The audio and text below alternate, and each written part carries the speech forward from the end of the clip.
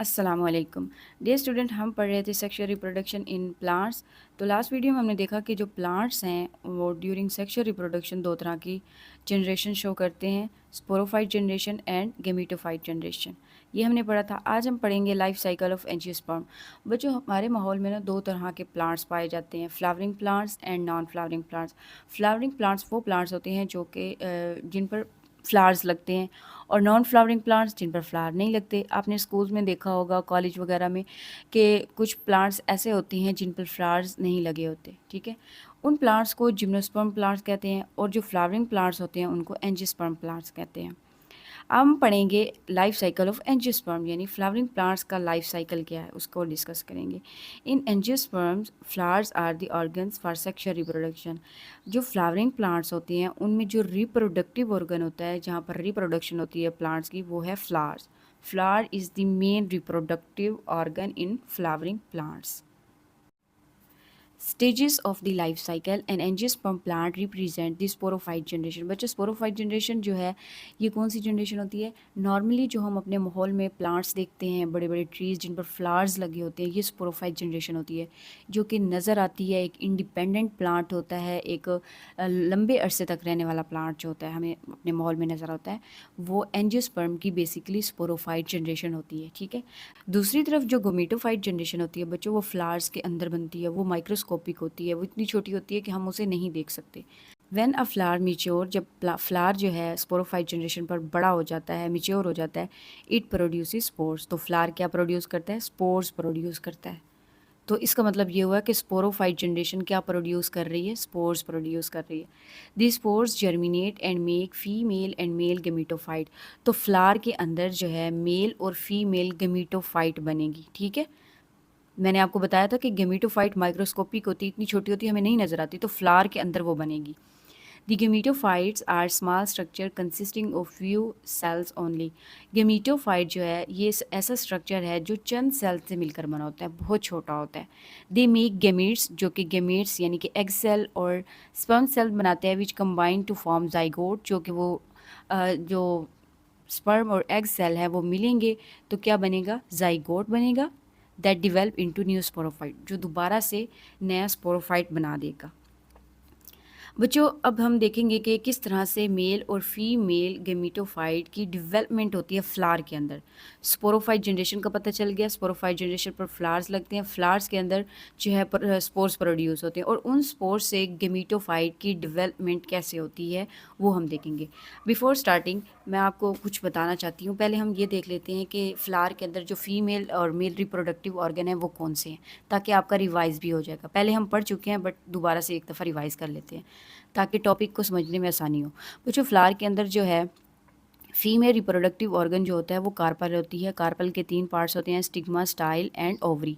Ovary जो है ये बेस होती है, इस ओवरी के अंदर छोटे छोटे और स्ट्रक्चर्स होते हैं जिनको ओव्यूल्स कहा जाता है।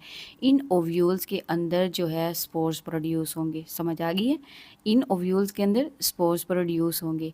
ये जो स्पोर्स हैं इनको मेगा स्पोर्स कहते हैं। जो फीमेल स्पोर्स होंगे उनको मेगा स्पोर्स स्पोर्स कहेंगे। ये मेगा स्पोर्स जो है आगे गेमीटोफाइट प्रोड्यूस करेगी, एम्ब्रियो सैक। ठीक है, एम्ब्रियो सैक में क्या बनेगा? एग सेल, जो कि फर्टिलाइजेशन के लिए ज़रूरी है। तो आपने ये याद रखना है। ये है डेवलपमेंट ऑफ फीमेल गेमीटोफाइट। अब ये मेगा स्पोर से एम्ब्रियो सैक कैसे बनता है, इस प्रोसेस को डेवलपमेंट ऑफ फीमेल गेमीटोफाइट कहते हैं। बिल्कुल इसी तरह मेल रिप्रोडक्टिव ऑर्गन है। मेल रिप्रोडक्टिव ऑर्गन जो फ्लावर में होता है वो स्टेमन होता है, इसके 2 पार्ट्स होते हैं। ये जो ऊपर बाइलोब स्ट्रक्चर होता है इसको एंथर कहते हैं। इस एंथर में स्पोर्स प्रोड्यूस होते हैं, और ये जो धागानुमा स्ट्रक्चर है इसको फिलामेंट कहते हैं, जो कि एंथर को सपोर्ट करता है। अब ये एंथर है, इसके अंदर स्पोर्स प्रोड्यूस होंगे, और इन स्पोर्स को कहा जाता है माइक्रोस्पोर्स। फीमेल स्पोर्स को कहा जाता है मेगास्पोर, मेल स्पोर्स को कहेंगे माइक्रोस्पोर्स। ये आपने याद रखना है, क्योंकि बच्चों एंथर में बहुत ज़्यादा तादाद में स्पोर्स प्रोड्यूस होते हैं, इसलिए इनको माइक्रोस्पोर्स कहते हैं। जबकि ओव्यूल, एक ओव्यूल में एक ही मेगास्पोर प्रोड्यूस होता है। ठीक है, एक ओव्यूल के अंदर एक ही स्पोर प्रोड्यूस होता है और वो बड़ा सा होता है, तो इसलिए उसको मेगास्पोर कहते हैं। अब ये माइक्रोस्पोर से आगे पोलन ग्रेन्स बनेंगे, जो कि मेल गेमीटोफाइट है, और इस पोलन ग्रेन में स्पर्म सेल्स बनेंगे। ठीक है, ये है डेवलपमेंट ऑफ मेल गेमेटोफाइट, ये मैंने आपको समझा दिया। अब हम चलते हैं प्रोसेस की तरफ।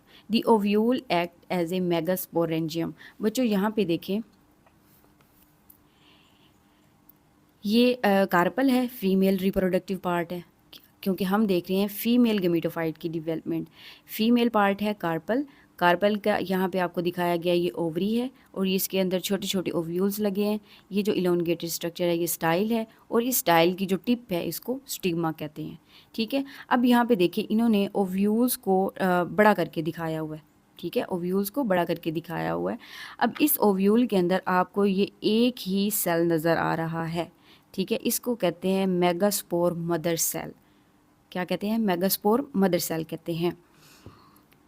बच्चों इस मेगास्पोर मदर सेल के बाहर आपको कुछ लेयर्स नज़र आ रही हैं, कुछ वॉल्स नज़र आ रही हैं, इनको कहते हैं इंटेगुमेंट्स, जो कि ये ओव्यूल के बैरोनी जगह पर पाए जाते हैं। इनको कहते हैं इंटेगुमेंट्स। इंटेगुमेंट्स का काम क्या है? इस मेगास्पोर मदर सेल की हिफाजत करना, प्रोटेक्शन करना।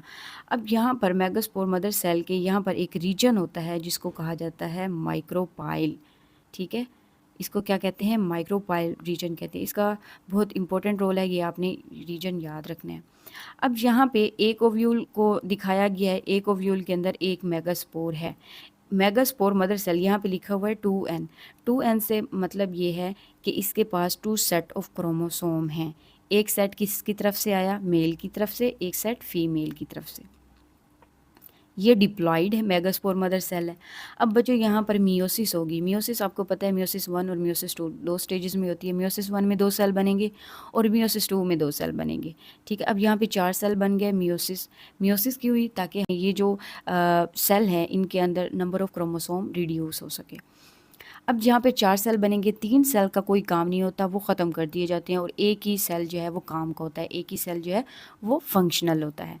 अब यहाँ पे पढ़ लेते हैं। It contains a diploid megaspore mother cell which undergoes meiosis and produces 4 haploid megaspores. ये जो है 4 हैप्लॉयड मेगास्पोर्स प्रोड्यूस हो जाएंगे। हैप्लॉयड मीन जिनके पास नंबर ऑफ क्रोमोसोम कम होंगे पेरेंट सेल की निस्बत। यहाँ पे मेगास्पोर मदर सेल के पास डिप्लॉयड नंबर ऑफ क्रोमोसोम है, यहाँ पे हैप्लॉयड हैं क्योंकि यहाँ पे मियोसिस हुई है और मियोसिस का प्रोसेस ऐसा प्रोसेस है जिसमें नंबर ऑफ क्रोमोसोम हाफ हो जाते हैं। अब यहाँ पर एक फंक्शनल क्रोमोसोम है। Only 1 megaspore remains alive. एक मेगास्पोर जो है वो अलाइव रहेगा। अब देखिए बच्चों, यहाँ पर इस मेगास्पोर में 3 टाइम माइटोसिस होगी। माइटोसिस से क्या मुराद है? बच्चों माइटोसिस का मतलब होता है एक सेल से 2 का बनना। ये चैप्टर नंबर 4 में आप पढ़ चुके हैं। एक सेल से 2 सेल बनेंगे, फिर इन 2 सेल की अंदर माइटोसिस होगी तो एक सेल से दोबारा से 2 बनेंगे, दूसरे सेल से भी 2 बनेंगे तो 4 सेल बन जाएंगे। इसी तरह नेक्स्ट इन 2 सेल से भी आगे 4 सेल बनेंगे, इनसे भी आगे 4 सेल बनेंगे। 2 सेल एक से, यानी 2 इससे बनेंगे, 2 इससे बनेंगे, 4 ये, अब 2 इनसे बनेंगे और 2 इस सेल से बनेंगे तो 4 4 और 4 मिले तो कितने सेल बन गए? 8 सेल। टोटल यहाँ पर 8 सेल बन जाएंगे। समझ आ गई है? टोटल यहाँ पे 8 सेल बन जाएंगे, 3 टाइम माइटोसिस होगी तो। अब बच्चों इससे आगे क्या होगा? यहाँ से एक न्यूक्लियस और यहाँ से एक न्यूक्लियस, यानी कि ये सेंटर में आ जाएंगे और 3 सेल यहाँ पे कॉर्नर पे रहेंगे और 3 सेल यहाँ पर कॉर्नर पर रहेंगे। अब ये जो सेंटर वाले न्यूक्लियस हैं ये दोनों मिल जाएंगे, फ्यूजन हो जाएंगी, फ्यूज़ हो जाएंगे। तो अब यहाँ पर टोटल कितने सेल बचे? 3 ये सेल, 3 ये सेल, 6 सेल और ये फ्यूजन न्यूक्लियस। टोटल कितने सेल बन गए? 7 सेल बन जाएंगे क्योंकि ये 2 फ्यूज़ हो चुकी हैं। Inside megaspore 8 haploid nuclei are formed by mitosis. Mitosis के जरिए 8 सेल बनाए गए। 2 nuclei migrate to the centre. 2 migrate कर जाएंगे सेंटर की तरफ and fuse to form of fusion nucleus और फ्यूजन न्यूक्लियस बन जाएगा। 1 nucleus out of the remaining 6 form the female gametophyte. अब यहाँ पे जो 6 सेल बन गए हैं बच्चों, ये क्या है? ये एम्ब्रियो सैक है। ये क्या है? एम्ब्रियो सैक है। इनमें से, इन 6 सेल्स में से ये जो सेल है ये एग सेल है। ये क्या है? एग सेल है। अब बच्चों आपको पता है ये माइक्रोपाइल रीजन है, ये एम्ब्रियोसाइक की इस जगह पर है। ठीक है, एम्ब्रियोसाइक के इस जगह पर है। यहाँ पर जैसे ही स्पर्म एंटर करेगा तो वहाँ पर उसको क्या मिलेगा? एग मिलेगा और फ्यूजन हो जाएगी।